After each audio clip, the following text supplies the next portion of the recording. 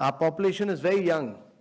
You know, the biggest social and economic transition that is taking place across the world is the fact that the population in Europe and America is getting older and older.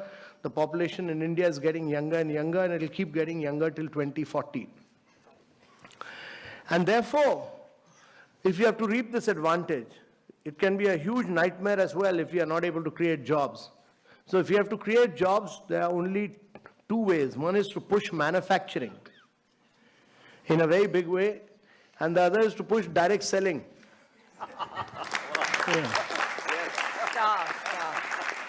So that many of you create jobs. You should also be able to do, right now many of you don't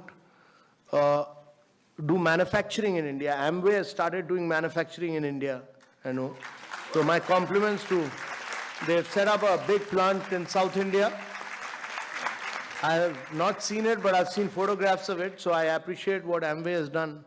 But each one of the companies must start doing manufacturing in India. If you're going to sell, while we have brought systems, we've brought discipline, we've brought guidelines, we've done this, we drafted this long time back. It took Ministry of Consumer Affairs some time, but they finally issued those guidelines. So there's now everybody in government accepts that there are Government of India guidelines, clear guidelines.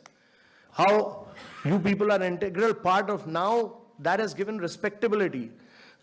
Earlier, you people were, many states, Kerala, West Bengal, many of you were seen as people who were doing chit funds. You are not doing chit funds.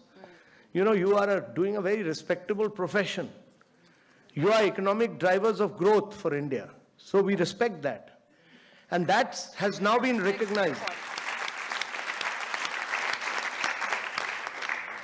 That has now been recognized that government has, by issuing these guidelines, clearly recognized that you are major players of India's economy, that you significantly contribute to India's economy, that you are adding to India's growth and wealth, and that you are creating jobs.